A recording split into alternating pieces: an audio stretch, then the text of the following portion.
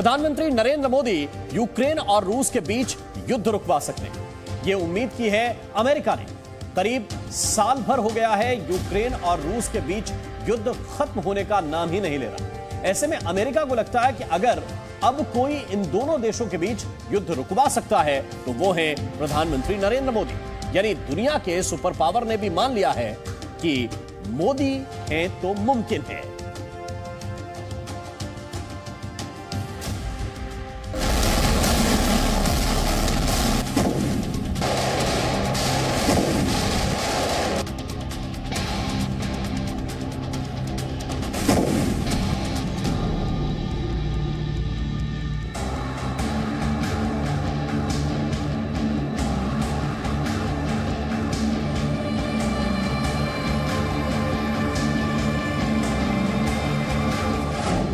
रूस यूक्रेन में भयंकर युद्ध।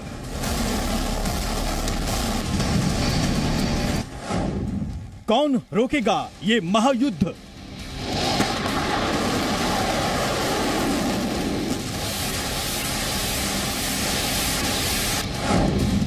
बाइडेन को बस मोदी से उम्मीद, क्योंकि मोदी हैं तो मुमकिन है।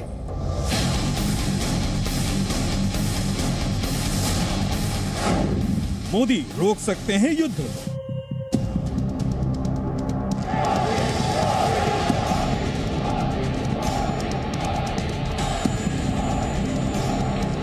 मोदी मोदी के ये नारे दुनिया भर के कई मंच से लगातार सुनाई देते रहे हैं, लेकिन अब इन नारों की गूंज अमेरिका के कानों तक एक खास मकसद के लिए पड़ने लगी है। आखिर क्या है अमेरिका की वो टेंशन जिसके बाद अमेरिका भी कहने लगा है मोदी हैं तो मुमकिन है।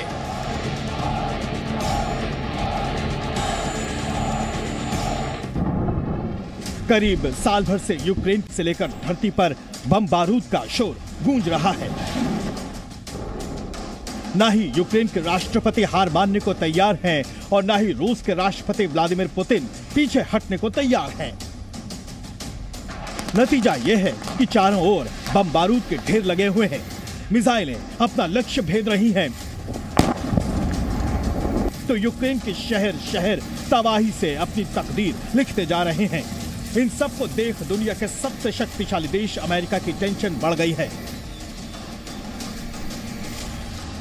यही वजह है कि अब व्हाइट हाउस के प्रवक्ता जॉन किर्बी ने नजरें प्रधानमंत्री नरेंद्र मोदी पर टिका दी हैं, क्योंकि जो बाइडेन को भी लगता है कि मोदी है तो सब मुमकिन है। I'll let the Prime Minister speak to whatever efforts he's willing to undertake. I want to stress it again, Goyle. I mean, certainly the United States would welcome any effort that could lead to an end of hostilities in Ukraine. साफ है Biden समेत दुनिया की महाशक्तियां भी इस भयंकर युद्ध के खत्म होने का सिरा ढूंढ रही हैं। आपको बता दें कि खुद प्रधानमंत्री मोदी कई बार यूक्रेन के राष्ट्रपति और रूस के राष्ट्रपति से बात कर चुके हैं कि युद्ध का रास्ता किसी भी समस्या का हल नहीं है। प्रधानमंत्री नरेंद्र मोदी ने उज्बेकिस्तान के समरकंद में द्विपक्षीय बैठक के दौरान ये बात कही थी। जैसे मैं जानता हूं कि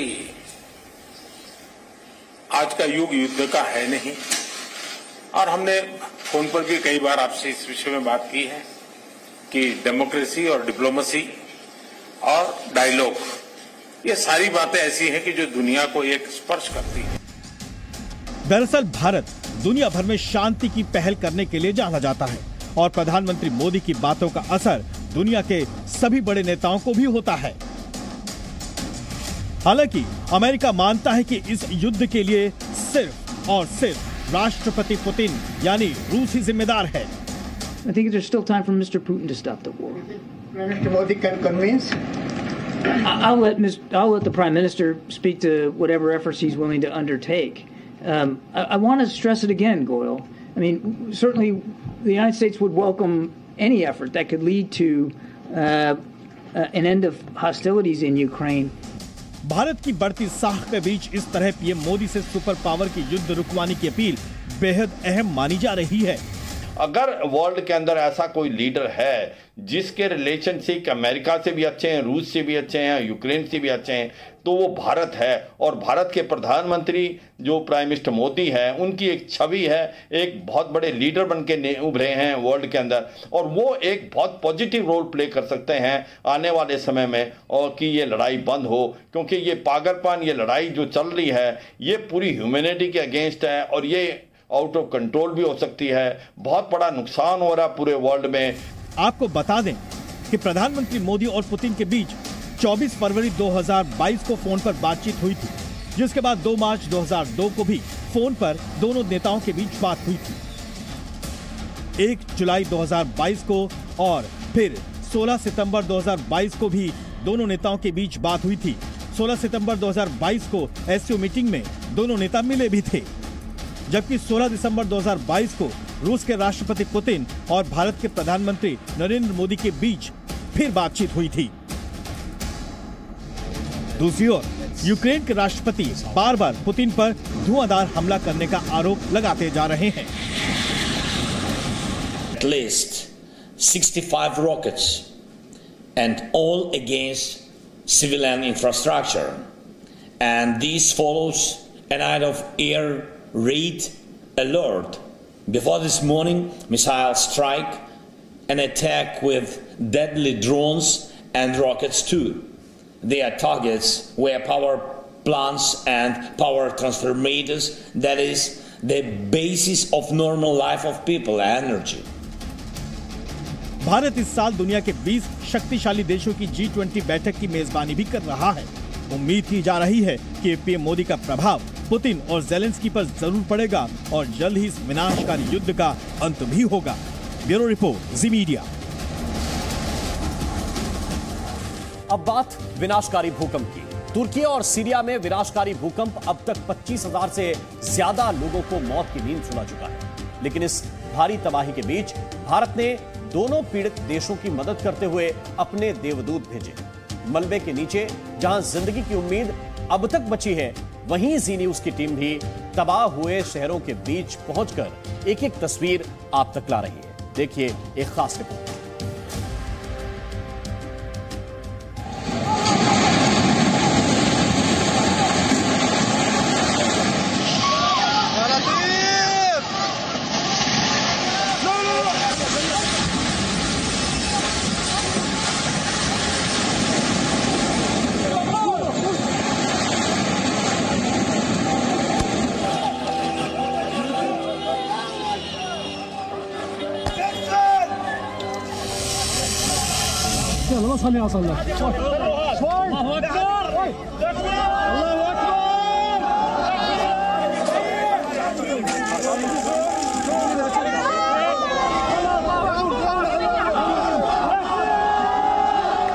मलबे के ढेर में जिंदगी की तलाश।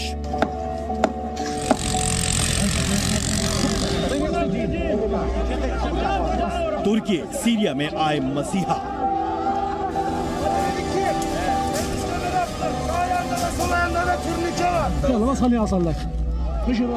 जब जिंदगी मिली दोबारा।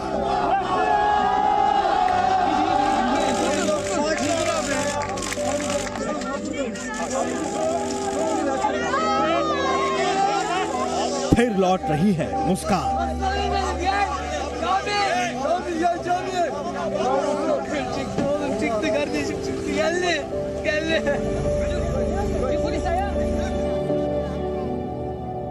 धरती पर देवदूत। सीरिया तुर्की में अब जिंदगी की जंग जीतने वालों की ये तस्वीरें आ रही हैं। हजारों जिंदगियां इन ऊंचे ऊंचे मलबे के ढेर में दफन हुई हैं, तो इन्हीं तबाह हुई इमारतों के भीतर से दिल को सुकून पहुंचाने वाली तस्वीरें भी सामने आ रही हैं।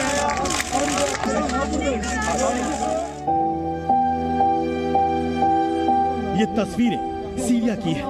मलबे के ढेर में फंसी मासूमों की जिंदगी बचाने का अभियान जारी है। मलबे के भीतर से बच्चों को निकाला जा रहा है। जिंदगी की जीत देख लोगों के चेहरों पर खुशी साफ देखी जा सकती है। ये बच्चे उस खुशनसीब परिवार के हैं जिसे मलबे में घंटों दबे होने के बाद भी सुरक्षित बाहर निकाला गया।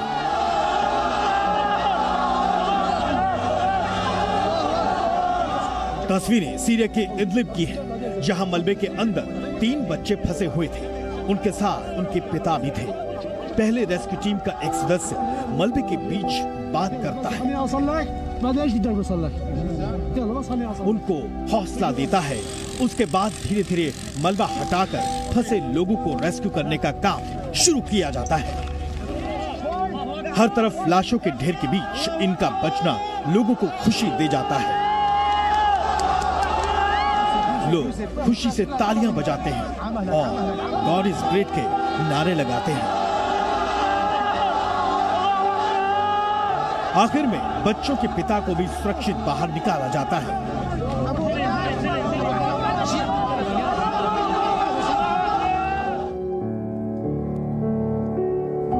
ये तुर्की का हताया शहर है। यहाँ की तस्वीरें बता रही हैं कि चमत्कार कैसे होते हैं। मलबे में 110 घंटे फंसे होने के बाद 27 साल की राबिया का सफलतापूर्वक रेस्क्यू किया गया। हालत देखकर अंदाजा लगाया जा सकता है कि ये महिला किस दर्द से गुजर रही होगी, लेकिन भावहीन हो चुके चेहरे पर सुकून है। जैसे ही राबिया मलबे के ढेर से बाहर आई, उसकी आंखों में आंसू थे। सिर्फ वो ही नहीं, वहां खड़ा उसका कोई अपना ये तस्वीरें देख बेहद भावुक हो उठा।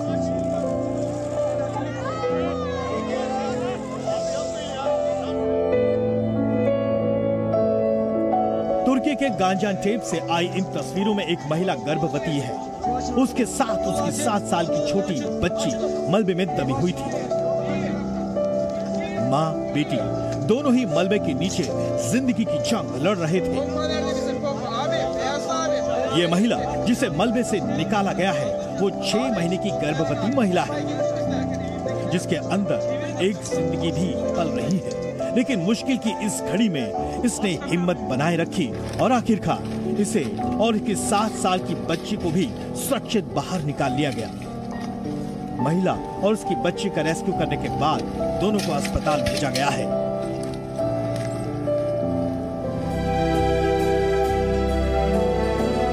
सीरिया के भूकंप में तबाही के बाद अब देवदूत धरती पर उतर रहे हैं। यहाँ इब्राहिम भूकंप वाले दिन मलबे के अंदर दब गया था। भूख प्यास ने जिंदगी की जंग को और मुश्किल कर दिया था। जब इसे भी रेस्क्यू टीम को बचाने में कामयाबी मिली तो सब हैरान थे कि आखिर इतने मुश्किल हालात से, मौत के मुंह से निकलकर ये कैसे बच पाया। रेस्क्यू टीम ने इब्राहिम जकारिया की जान बचाई, साथ ही उनकी मां की भी जान बचाई। फिलहाल दोनों अब आगे की जंग लड़ने की तैयारी कर रहे हैं।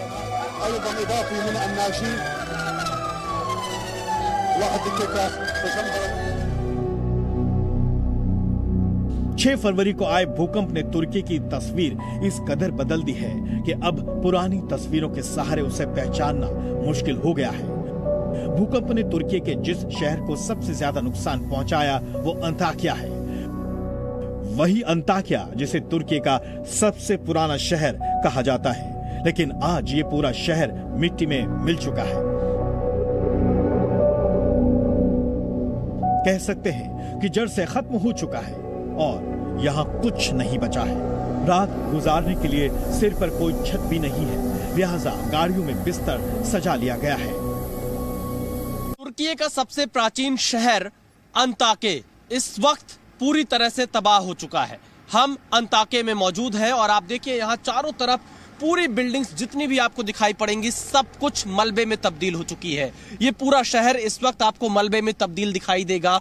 सबसे ज्यादा नुकसान तुर्की के इसी अंताके शहर में हुआ है, जो कि तुर्की का सबसे प्राचीन शहर माना जाता है। ये इस वक्त हम ओस्मानिया के कब्रिस्तान के बाहर मौजूद हैं, जहां पर लगातार लोगों की डेड बॉडीज के आने का सिलसिला जारी है। लोगों को यहाँ दफनाया जा रहा है, साथ ही यहाँ पर जगह भी कम पड़ती जा रही है। ऐसे हालात बन गए हैं न सिर्फ ओस्मानिया बल्कि आसपास के शहरों से भी लोगों के शव को यहां पर लाया जा रहा है, क्योंकि जिस तरह से अलग अलग जगह पर लोगों की हजारों की संख्या में मौत हुई है, उससे यहां पर हालात बहुत ज्यादा बिगड़ चुके हैं। अब आप इस बात से अंदाजा लगाइए कि कब्रिस्तान के बाहर ही जगह कम पड़ती जा रही है। लोग यहां इंतजार कर रहे हैं, वॉलंटियर्स एक दूसरे की मदद कर रहे हैं, लोगों का घर बार टूट गया है।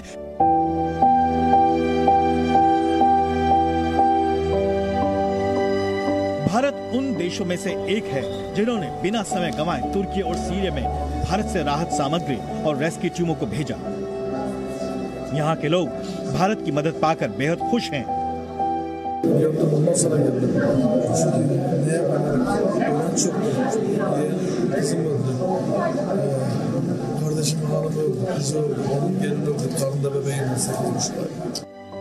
भारत ने यहाँ एक अस्पताल भी बनाया है और भारतीय सेना के जवान यहाँ के लोगों की सेवा में जुटे हुए हैं।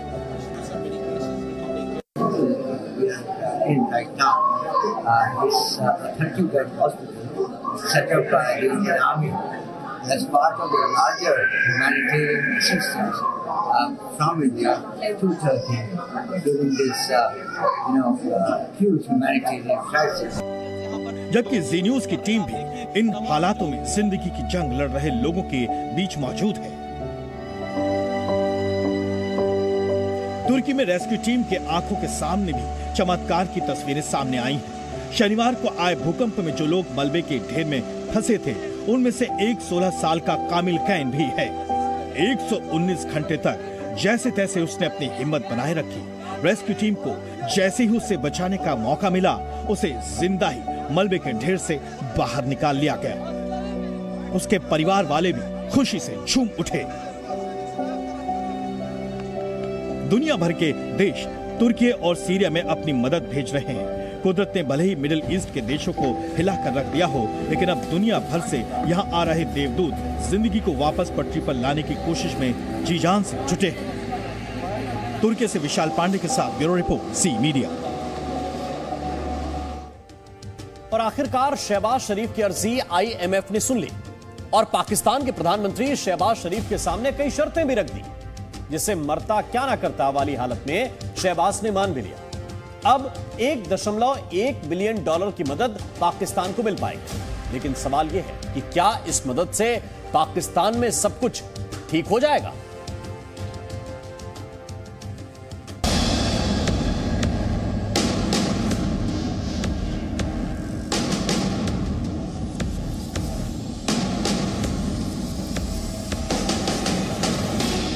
दिवालिया होने से बचने के लिए शहबाज शरीफ कुछ भी करने को तैयार है। अपनी आवाम को महंगाई की चक्की में पीसने को तैयार है। अपनी सेना का खर्च कम करने को तैयार है। बिजली पेट्रोल की कीमत बढ़ाने को तैयार है।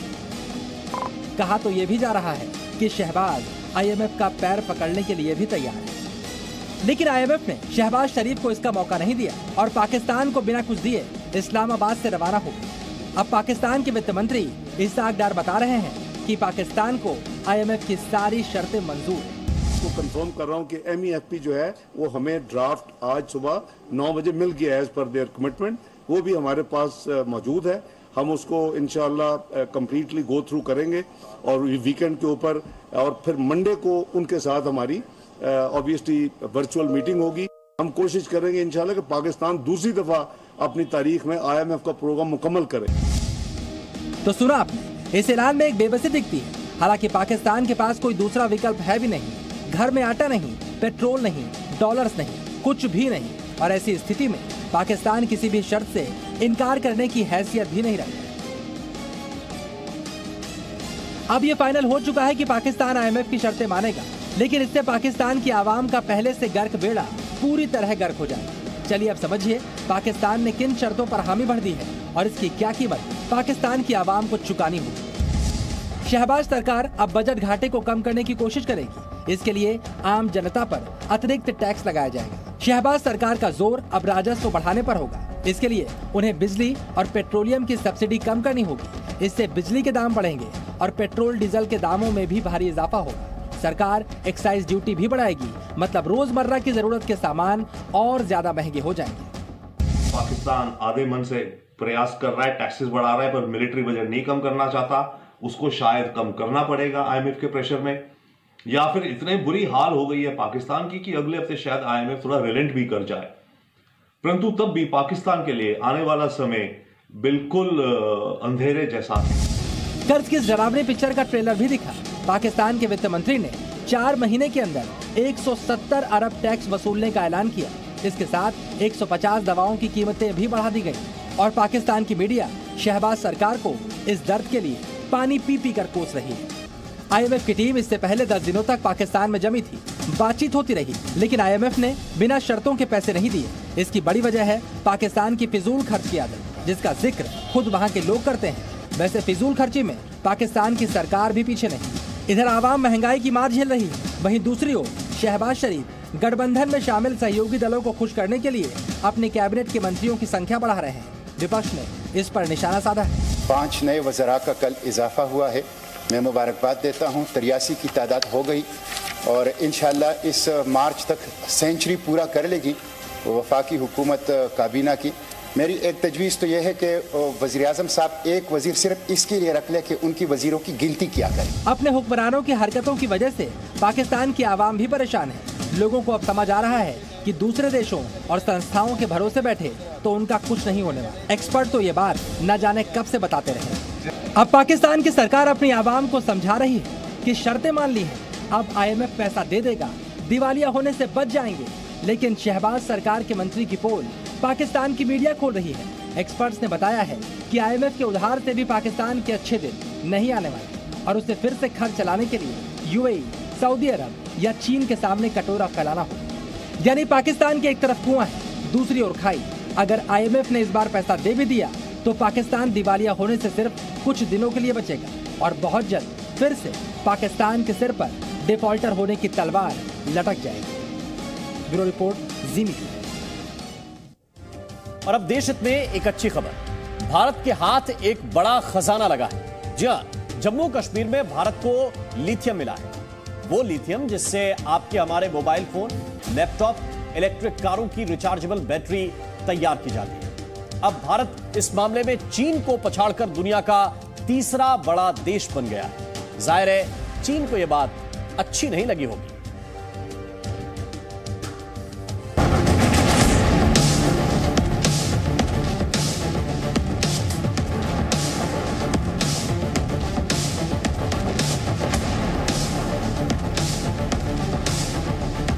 भारत को मिला खजाना।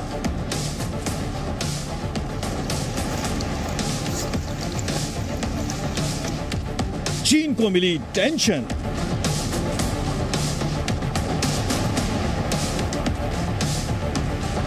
भारत का भाग्य चमकेगा। ये बात हम क्यों कह रहे हैं, ये जानकर आप भी खुश हो जाएंगे, क्योंकि भारत के हाथ बड़ा खजाना लगा है। इन हाथों में जो पत्थर हैं वो कोई मामूली पत्थर नहीं है। ये है लिथियम, जो electric car, mobile phone, laptop बनाने के लिए बहुत जरूरी है। जम्मू के रियासी जिले के सलाल हैमाना इलाके के इन पहाड़ों में 59 लाख टन लिथियम के भंडार का पता चला है। खास बात यह है कि अब तक भारत इस रेयर अर्थ एलिमेंट के लिए दुनिया के दूसरे देशों पर निर्भर था, लेकिन 59 लाख टन लिथियम मिलने से भारत की तकदीर बदल सकती है। ये जो हमें लिथियम मिला है, ये बहुत तरह से भारत को ग्लोबल मैप में ले आएगा। ये सिर्फ जम्मू कश्मीर की उपलब्धि नहीं है, ये पूरे भारतवर्ष की उपलब्धि है। दूसरी ओर इस खजाने के मिलने के बाद भारत ने चीन को पीछे छोड़ने की तैयारी करना भी शुरू कर दिया है। दरअसल जम्मू कश्मीर में लिथियम का इतना बड़ा भंडार मिला है कि आपको बता दें कि इस मामले में पहले नंबर पर चिली आता है, जिसके पास 93 लाख टन लिथियम है, और दूसरे नंबर पर ऑस्ट्रेलिया है, जिसके पास 63 लाख टन लिथियम है, और अब तीसरे नंबर पर भारत है, जिसके पास 59 लाख टन लिथियम है। खुशी की बात यह भी है कि अब इस इलाके को दुनिया के नक्शे पर नई पहचान मिलेगी। वहीं यहाँ रोजगार के नए मौके भी बढ़ेंगे, जिसके बाद यहाँ के लोग बेहद खुश हैं। हमारे डिस्ट्रिक्ट के लोगों के लिए खुशखबरी, सलाल के लोगों के लिए बहुत बहुत खुशखबरी है, मुबारकबाद है कि ये हमारा रोजगार का एक नया सुनहरा मौका है। सबसे बड़ी बात यह भी है कि इससे अर्थव्यवस्था को मजबूती मिलेगी और लिथियम के लिए भारत की दूसरे देशों पर निर्भरता भी कम हो जाएगी। दरअसल लिथियम एक ऐसा नॉन फेरस मेटल है जिसका इस्तेमाल मोबाइल फोन, लैपटॉप और इलेक्ट्रिक व्हीकल समेत कई आइटम्स के लिए चार्जेबल बैटरी बनाने के लिए किया जाता है। इसलिए भारत के लिए यह खोज भविष्य में मील का पत्थर साबित होगी ही। अभी तक भारत में जरूरत का 96% लिथियम आयात किया जाता है। इसके लिए विदेशी मुद्रा का बड़ा हिस्सा खर्च करना पड़ता था, लेकिन भारत अब आत्मनिर्भर हो सकेगा। दूसरी ओर चीन इस सूची में 5वें नंबर पर पहुंच गया है। जाहिर है चीन को यह बात बिल्कुल अच्छी नहीं लगी होगी। Bureau report, C media. Singapore से ट्रेनिंग लेकर आए दिल्ली और पंजाब के शिक्षकों से दिल्ली के मुख्यमंत्री अरविंद केजरीवाल और पंजाब के मुख्यमंत्री भगवंत मान ने संवाद किया।